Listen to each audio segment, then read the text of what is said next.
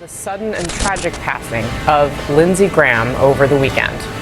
Right now, the Senate is back in session with Graham's colleagues currently speaking, remembering his more than 30 years in Congress. You can also see Graham's desk draped in black, covered with flowers.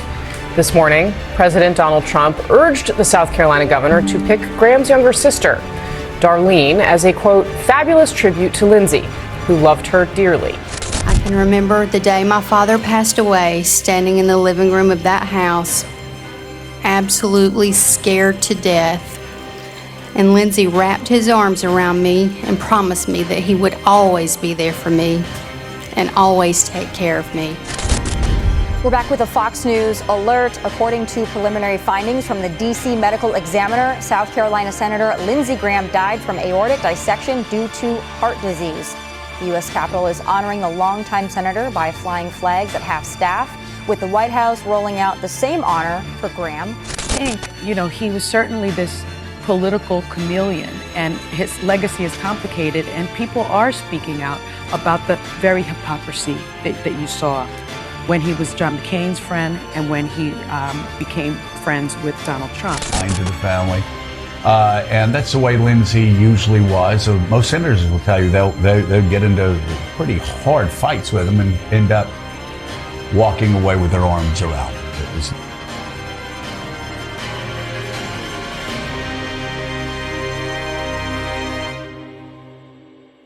Yo, what is good, YouTube? Welcome back to another episode of The Conservative Libertarian. All right, guys, we have another one for you guys today. It has been a great day for me. It's Monday, and we're getting back juicy, hot, and steamy back into the podcasting, man. Yes, sir. Now, if you guys don't know, a lot of stuff's been happening in the news lately. I mean, just a whole bunch of stuff. You still got the Iran war going on. You got, all these races, different type of races going on. You still got the Grand Platinum issue still going on, who the Democrats are going to, nominate or try to get some type of like primary going for that thing to go on. I might make a separate video on that if I, have time today. In bigger news, we have one of the Republican senators, what's his name, Lindsey Graham.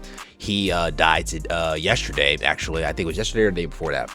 He died. And, of course, everyone's sad about it. Republicans are sad about it. Some Democrats, they're trying to show their emotion for it, not trying to sympathize too much for it because, their base is, completely lunatics, and they will completely try to, fry you if you even try to even show an ounce, a smidge of sympathy for that man. You know what I'm saying? Even if you agree with him or disagree with him, no one should be out here celebrating the death of another individual. It's just if they haven't committed any like serious crimes, or they haven't pedoed any kids or any type of just awful things, I just think it's just inappropriate, bro. What I'm saying? I wouldn't do that to Joe Biden, Kamala Harris. I wouldn't do that to any of the Democrats on the side if they ended up dying randomly. You know what I'm saying? I'm pretty sure Elizabeth Warren isn't that far off the fucking totem pole her damn self. Probably another 5 years for her, 5 to 10 years for her.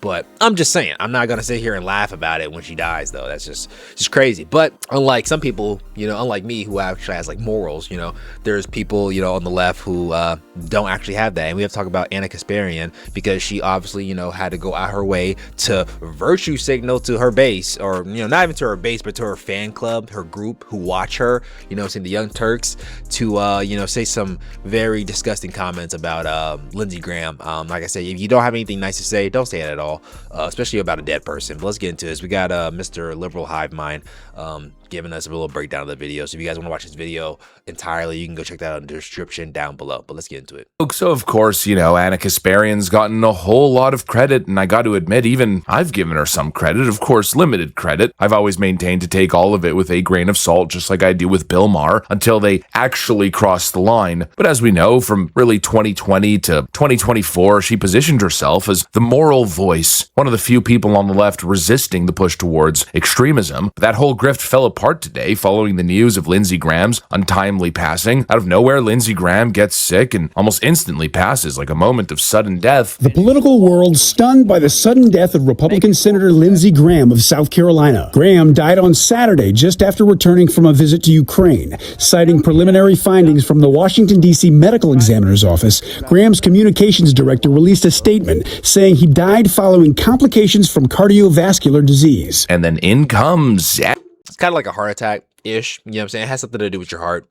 You having complications with your heart. So he probably, had problems with his heart, and then he went into cardiac arrest, and, it's kind of done.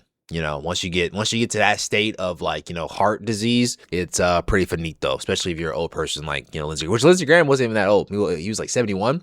Not that old. That's not that old in 2026 times. There's people right now that are living closer, like they're living further beyond that shit. My grandmother, before she passed, I think she was like 83, 82. He still had a lot of life ahead of him. And for Ana Kasparian to make these type of comments, man, is deplorable. It's honestly deplorable. And these people are supposed to be the good guys. See, this is the thing. They try to make it seem like, oh, we're fighting on the right side of history. But you're making comments like this. How are we supposed to know which side of history you're actually fighting on? You know what I'm saying? Because I don't think anybody who claims to be good is actually doing this terrible thing. It's the same way how they try to say that America can't be good because of all the monstrosities that is committed, right? So if America can't be good, then how can you be good when you're just as terrible? Like, you're awful. You know what I'm saying? I try to give Ana Kasparian the doubt. I've made a couple videos on her where I was like, okay, she has some good points here and there. I can drive with her on some things, but she's showing this is mask off. This is mask off behavior. Ana Kasparian, who before Lindsey Graham's body even went cold, took to social media and said, "Good riddance." An absolutely disgusting response, but what is most disgusting is, again, how this now flies in the face of her supposed rebranding as not an extreme leftist like the rest of them. And here's where she gets in real trouble. People dug up an old post. Let's actually put both of them together so you could see the juxtaposition back in 2020 and see, I did the same research because I'm telling you, she'll have one position and then she'll make a whole 180. Like, she'll be carrying this one position, trying to be righteous and moral, but then she'll take one step forward, but 10 steps backwards off just her ideological commentary. No one needed this, but you wanted to say it. You had some deep-rooted animosity, hatred in your heart, and you wanted to get it off your chest on a dead person who can't defend themselves. Amazing. They did the same thing with Charlie Kirk. I don't know if she had egregious comments about Charlie Kirk, but I'm pretty sure she didn't agree with him either. These people aren't good people, bro. These are not good people, okay? They're not. Don't let them convince you that they are.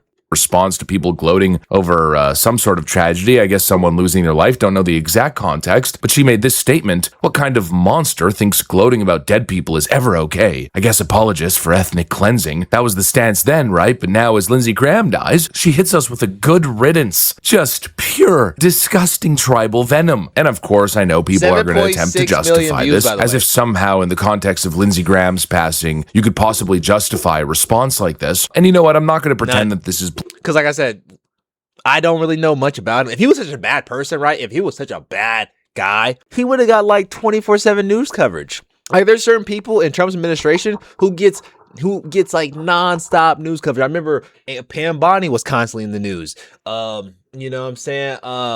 What's that girl's name who was she running DHS? Not DHS, but I forgot her name. She was running the ICE thing. I forgot her name already. She's gone. You know what I'm saying? She's ousted, basically. She's already out of there. But, you have people, Kaz Patel, he's still on the rise for, just constant news coverage and stuff like that. Now you got the new guy head of the ICE facility who's getting a whole lot of news coverage because another ICE shooting happened. A couple of ICE shootings happened this past week or whatever.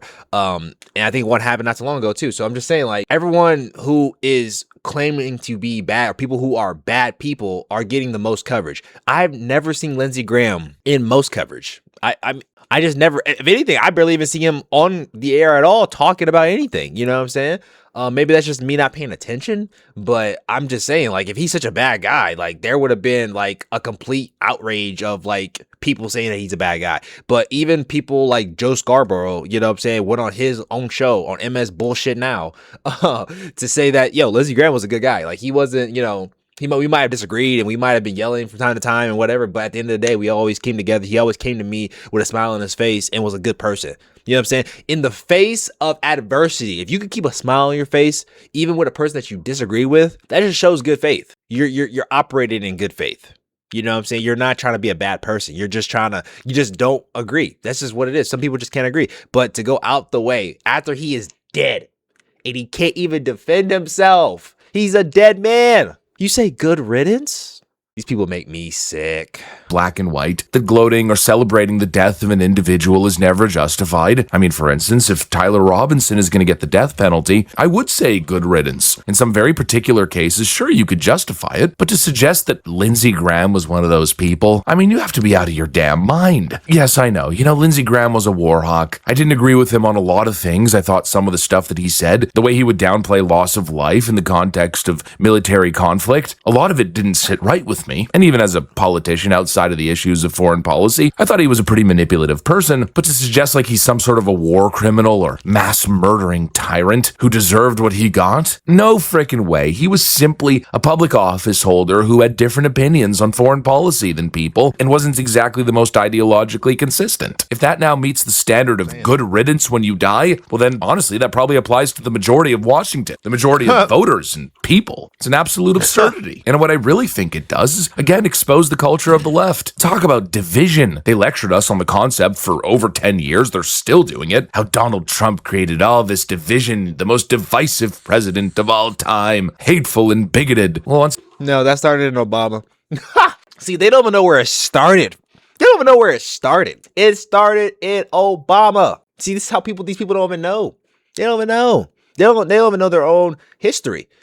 But they want to claim that they want to make sure history doesn't repeat itself. You don't even know history. You didn't know research. You don't even know what actually started the political divide in this country. It wasn't because of Trump. Trump was the cataclysm. He was the cataclysm of it. He wasn't the problem. It wasn't him, right?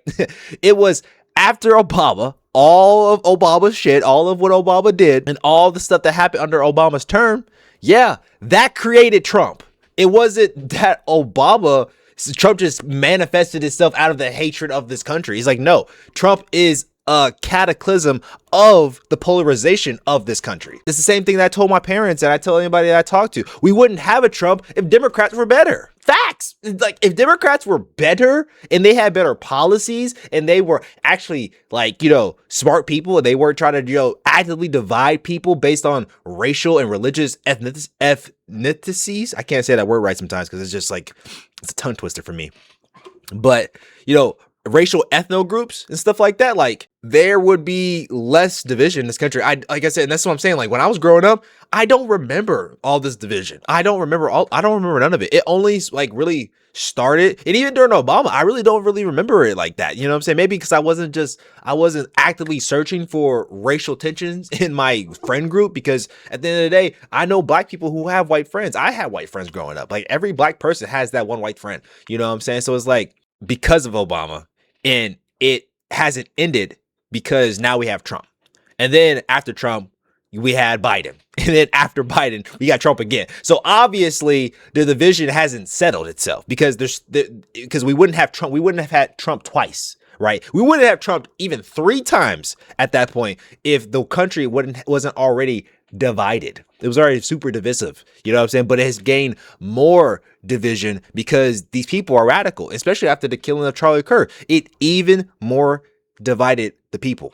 Man, sometimes you guys don't understand what exactly they're fighting for. That's the problem. They don't know what they're fighting for. They don't have, same way how some people tell me I don't have point of reference. These people have 0 point of reference either, but they're fighting something just because they think Orange Man bad. Orange Man bad. He's taking away my civil liberties, my rights. All right.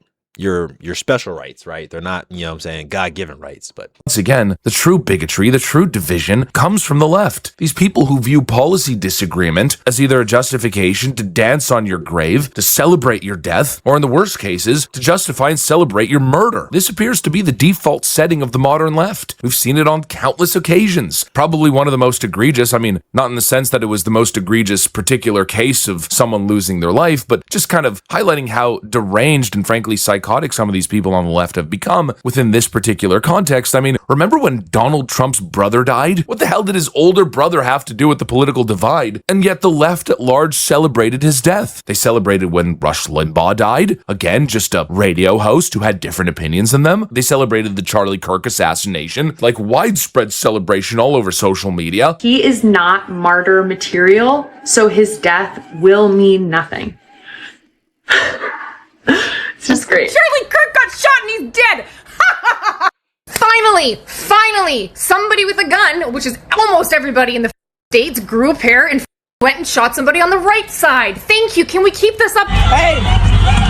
Charlie Kirk deserved to die. Women hold up half the sky. Charlie Kirk deserved to die. Women hold up half. Why are they covering their face? Why are you covering your face? These people, man. Don't ever let these people try to gaslight you. Ever. And that's where I'm gonna leave it at, because I'm not gonna watch the rest of his video because I don't want to, spoil his video for you. You guys want to watch the rest of the video, you can go check it out in the description down below. But yeah, like, don't ever let these people try to gaslight you, bro. That's why whenever people come down to my comments doing the whole, you're coding, you're tap dancing for the white man. Please. Please miss me with that. Miss me with your grandstanding moral hierarchy attitude. You guys have no morals. You guys have no principles. You guys have no standards. And I'm not gonna sit here and put myself in your camp just so I can feel included, when really I'm not really included. You know what I'm saying? If anything, black people get treated worse on the left than they do on the right. Be honest, let a black person not agree with the leftists. Oh, they're gonna start calling you all types of names. They're gonna start calling you all types of names. It's bad. At least with certain white people, I can see it coming from a mile away. But from leftists, they're secret about it. They're secretive. They're only going to show their true colors once you start to disagree with them. Once you start doing that, they're going to start showing you who they really are. They're going to start showing you, and they're showing it right now. And Ana Kasparian is showing you she's not a good person. So let me know what you guys think down in the comments down below. Whether or not this is L or W, make sure to hit the like button, comment, and subscribe to the channel if you guys are new. And yeah, I'll catch you guys in the next one, man. Peace.